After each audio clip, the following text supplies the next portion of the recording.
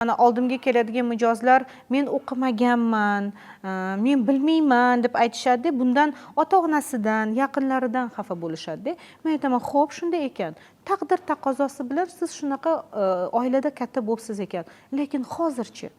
Hozir sizga o'zingizni ustingizda ishlashda, rivojlanishda nima to'sqinlik qilyapti deb so'rasam, javob bera olmaydi.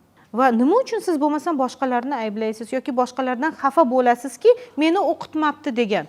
Ko'plar olgan bilimidan ham norozi bo'lishadi. Masalan, men qachonlardir doktor bo'lmoqchi edim, lekin onam meni pedinstitutga berdilar, men o'qituvchi bo'ldim. Xo'p, shunaqa ekan. Hozir boring, medsestraga o'qing. Umuman, meditsina yo'nalishidagi qaysidir bir o'qishga boring.